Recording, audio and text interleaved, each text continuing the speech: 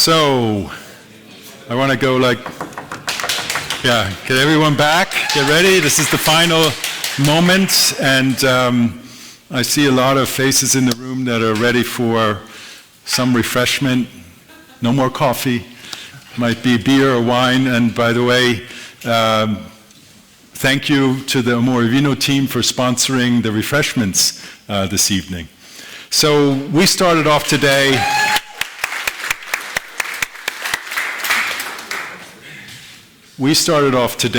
with, you might call it a goal, a mission, a statement, securing the digital world. And securing the digital world, as we learned in the course of today, is not just about programming. It's not just about open source, but it's manufacturing together with a team of engineers and people that are contributors and volunteers across the globe to make a system that acts as a force field to help secure not only the IDs, the identification information that's essential for digital identity, but also all of the related data around that. And I think it's fair to say ORI is not only securing the digital world, it's not only a company, it's not only an open source project, it's a movement. It's a movement about why and how people in the future, not only people, by the way, every interaction on the internet will become more secure through the application of zero trust technologies and the things that we talked about today and why we build them. So what are some of the things we learned today? And I'm just going to go over the excellent speeches. I won't repeat what we already heard, but I did have 4 or 5 takeaways that I want to share with you. The first one is, how do you build applications for the cloud? Guess what? It's not that easy. There's a lot of heavy lifting. Building platforms, building networks is not just about contributing to an open source software. It's engineering a complete infrastructure that depends on many different things, not only security. So we heard from speakers talking about the trade-offs between open source, proprietary services, proprietary software, and cloud infrastructure. And of course, we also just heard about how do you use some of this infrastructure to maintain and better secure even open source projects. The next thing I think we shared today was really how do you build scalable applications. You not only heard this from us, from ORI, clearly we're the experts for building scalable applications with ORI, but there are a lot of customers that have interesting application areas, and I think it was interesting for me at least to just listen to what some of these people are doing. Who are these people? In music, great company, interesting platform. It's amazing how much they're doing by themselves. Fandom with 30 million IDs. Jochen Schweitzer, we just heard about and saw how they're securing their applications using ORI. Let's Block It. Of course, this was also a very interesting, challenging. Who loves advertisements? Well, actually, a lot of us do, but we don't like the wrong advertisements. We want things that help us target and work with customers better.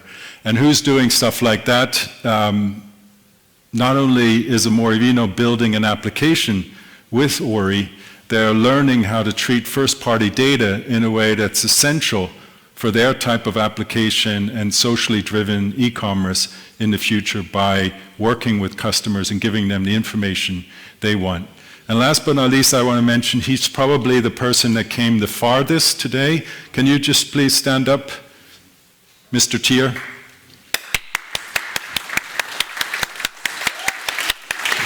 Yeah. Thank you for making it all this way. We're happy that you came to Germany. And by the way, he came all the way from Japan for 3 days to be at the ORI Summit. Thank you very much. We look forward to seeing you next year. Yeah. Another takeaway is hardening security. So we heard about the ORI permission language. I mean, let's face it, it's a little bit abstract, and who knows why we developed that, but we have some very smart people behind it, and I can tell you this is even though it's a very technical area, this is one of the essential ingredients of the ORI network. Without it, we couldn't build a network and we couldn't secure the network. So thank you for being patient and listening to us as we think and work on hardening security. And we also learned about the centralized approach to authentication and making, of course, auth better for not only the end customers and how they interact with applications, but also the people running those applications. Again, there are people in this room with pagers. They sit here and wait for something to break, and their life has to be much better in the future. And then we had some best practices, I think, today that we looked at. One, threat modeling. I mean, let's face it, not something we want to do every day, but it's very important when you're building a secure infrastructure and understanding how criminals work, how to prevent them, how to test it. And ORI, as a company, not only spends a lot of time on thinking about these ourselves, I just want to call out some things that we're doing in this area just so it's clear. So first of all, Harry told us about the urgency around software supply chain security. We're working with one of the leading companies in the world, Reversing Labs, a security company based in Cambridge, that's working with ORI to create a whole supply chain bill of materials and all the things Harry was talking about, and we expect that to be coming out around the end of this year. So first of all. Second of all, we're working with the leading hacker platform for testing and working with our software, HackerOne. I don't know if most of you are probably familiar with it, but HackerOne does the following. It lets hackers attack ORI and build cases around ORI security problems, and by the way, they get paid for it. So if you're a hacker or you're interested in white hat hacking, please sign up to HackerOne. Take ORI and try to break it, please. We want you to try your hardest to break ORI and help us understand how to build better security. We understood and learned about from one of our, not only our head of security, but one of the world's prominent security experts, Harry, about what and how and why zero trust and how it's emerging as an essential ingredient for almost every public service across the globe. And by the way, when big governments and mandates from the president and other important people start happening, let's face it, companies somehow get the message. Zero trust is here to stay. It will be, I think, a prominent best practice, but also we're just at the beginning. There's so many new things that are starting, and you see this happening on the consumer space, but also for companies. A lot of companies today are still using Microsoft Active Directory, believe it or not. They're running Microsoft Office, and they're building trusted demand software platforms in their community, in their office, in their whole organization. And we think within the foreseeable future, not only at Google, but zero trust will come out as the winning application infrastructure for demand computing, in other words, the computing you use to run your company, as well as supply computing, the type of software you use to deal with customers. By the way, I think that's not a 10-year project, that's a 1-year project before that happens. We also learned that even though it sounds very complex, authorization, authentication can be used to simplify the way you deal with customers and to reduce friction. And by the way, when ORI starts collecting data in the ORI network, the whole, whoops, I lost my picture here. Okay, click on it, okay. Vincent is my best friend here, but it's not here. Okay, there we go, all right. All right, so we had, I think, just some other highlights I'll just mention real fast. One is, it's ORI's first no-code, low-code application, the introduction of ORI elements. So that team has also been working very hard in the last couple months, a combination of really true programming and really great design. So I'm very happy to see that. The ORI account experience, yes, in case you didn't know, we got a couple Google product managers and developers and account executives, and now everything's an experience at ORI. So we're changing the name and making everything an experience just for you. The caching system that Aeneas and Klaus talked about, it sounds easy. I know it does. But Ori reaching global scale with a low latency, it's so low that I don't even want to talk about it. You can go and read it in Slack. If you don't believe it, I put this picture up because this is going to change within the next month. Ori will now run all of its infrastructure statistics on this public infrastructure website. So in the future, you'll be able to see not only if Ori is up and running, you can see that today on the status page, but you'll be able to see what kind of scale it's running at and how fast it is and what that means for you and your customers.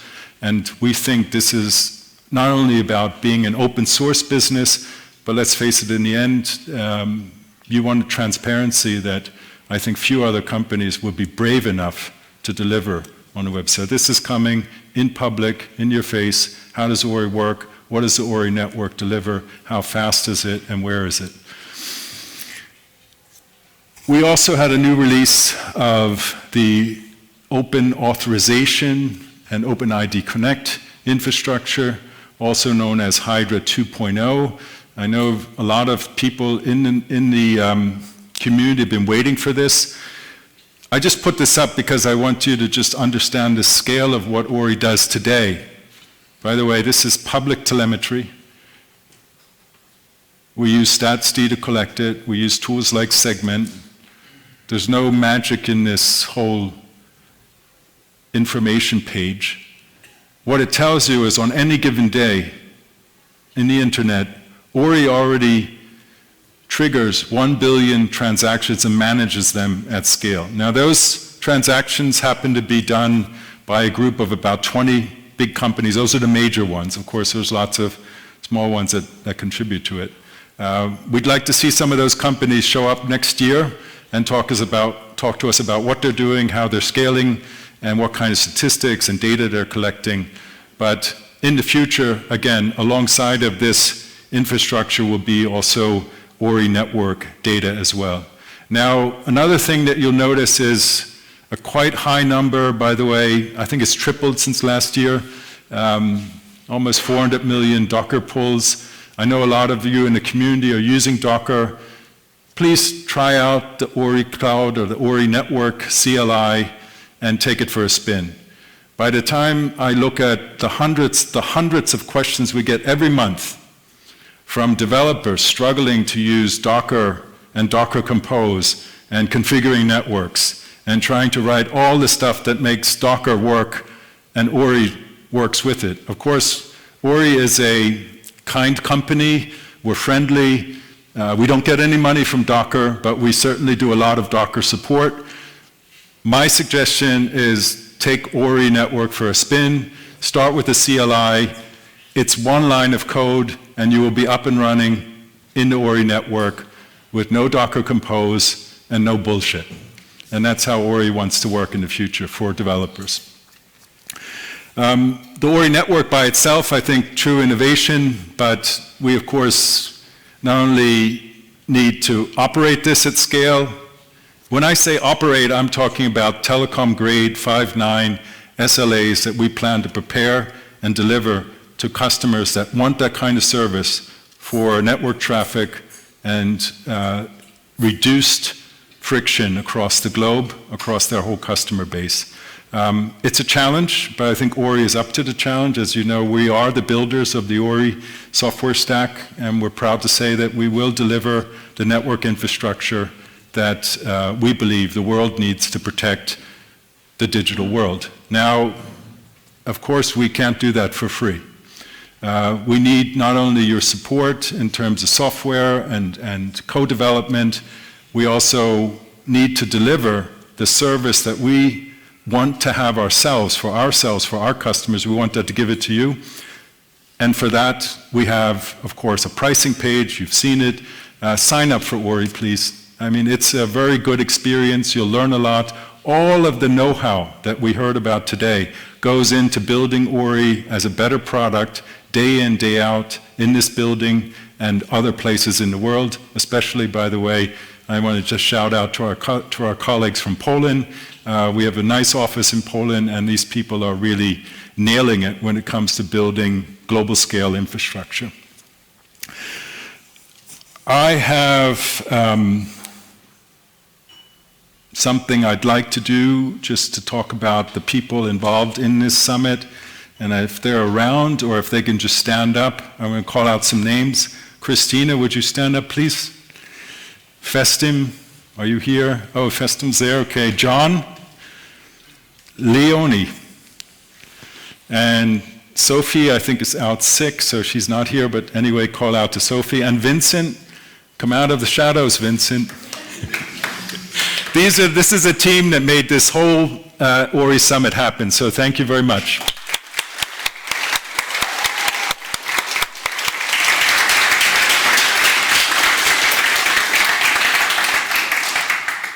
Now, just some things we had. I just want to mention this because this team worked a lot, especially over the last couple of weeks.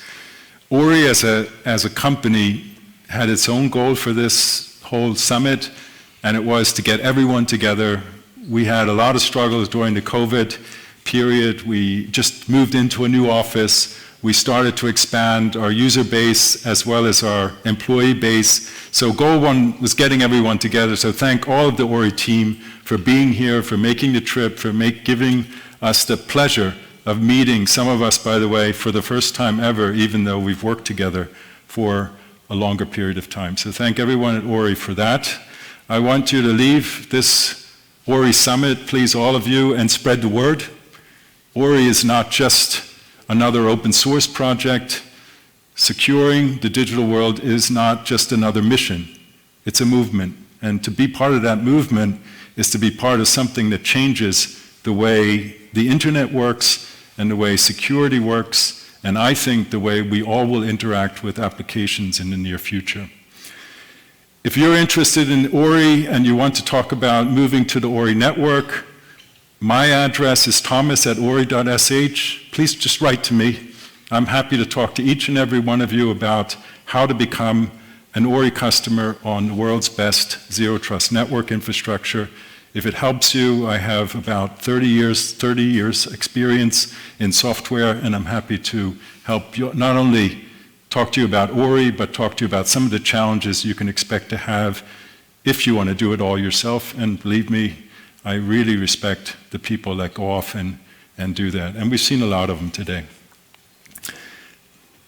Hacktober, this is the month when you can get a free t-shirt from DigitalOcean if you have a couple pull requests that get supported by ORI. We love pull requests, and this month we're pretty generous. So please try us, get the t-shirt, sign up for Hacktober, and keep being a part of the community. We need all the help we can get. Every day, every week, we get hundreds of questions on our public Slack infrastructure. Believe me, we make an effort, every one of us, to answer all of your questions, but it is something that we sometimes create a backlog on, and I'm sorry to say that we haven't been able to answer all the questions as quickly as we would like to, but Vincent, if you don't mind just coming over here a little bit further so people can see you.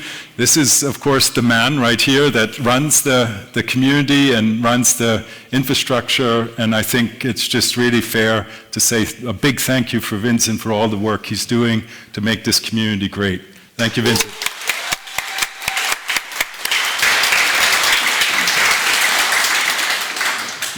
Now, the last thing is I don't have a barcode or a QR code for this, but ORI is hiring. We're hiring everything, by the way. We're not just hiring engineers. We're looking for business people, sales people, marketing people, business analysts, accountants. We're looking for all kinds of people that want to be part of this movement and have enough energy and interest in becoming part of an excellent organization, and they enjoy working hard and also doing it in environments that rewards them for their efforts by making it a socially great place to be and also, of course, a fun place to be. But we work hard.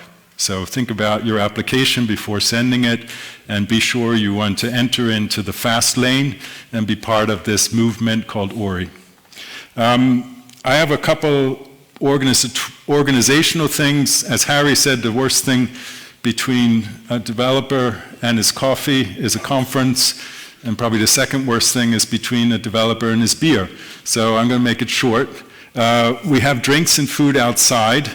It's autumn in Germany and it's a little bit chilly, but if you're interested and you have a sweater, you can also go up to the top floor. That's the 5th floor. There's a rooftop terrace. You can see the Alps, and you can see, of course, part of Munich. And if you are a smoker of cigarettes or anything else, you can go up there and have a cigarette as well. So please enjoy the time that we have for this social event. What can I say? I look forward to next year.